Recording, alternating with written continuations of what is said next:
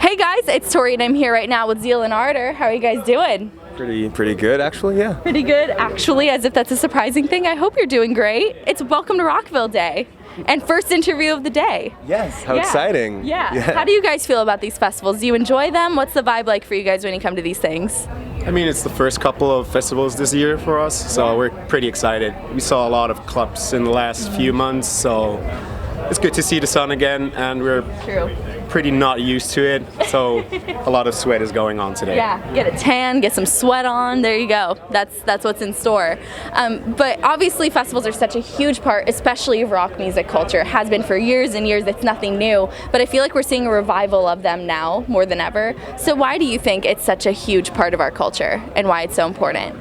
I think there's something to be said about live music and live music being performed, obviously. And also, you know, CDs don't sell anymore, so people kind of have to do their jobs again, which I welcome. So yeah, it's a good development. Yeah, absolutely. It's a big growing experience for everybody, especially when people are walking around the festival and see those bands that they've never heard of before. And it's a good chance to discover some new music. Yeah.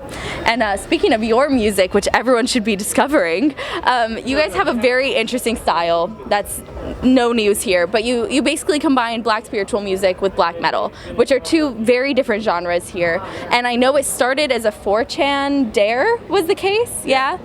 So now that you've pursued it as a full-time career, this is the full-time gig, has it sort of developed a new meaning for you, or has it become more than just a 4chan dare, basically?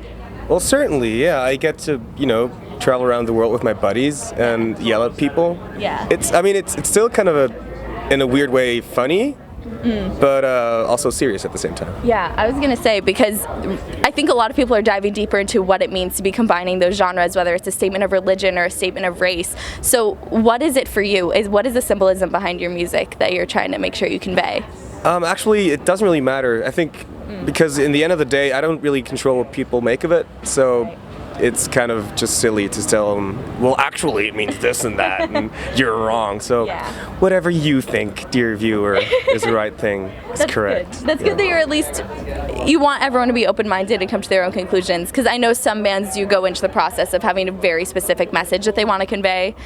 So I guess for you, personally, does it have any symbolism, do you find? Yeah, certainly. Very, very specific symbolism, but I don't want to fucking force that into people's faces. Fair.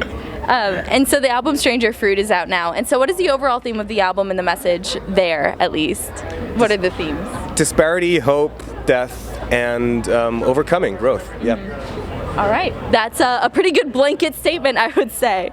And I feel like before really doing my research and reading about you guys and just kind of knowing the genre at a surface level, the first thing I thought of was, in an era of call-out culture on the internet where everybody's just so sensitive, how in the world has this band not been roasted? You know, you've been so tasteful in what you do, and it's been received so well. So what do you think has been the secret to that? How do you think you've managed it?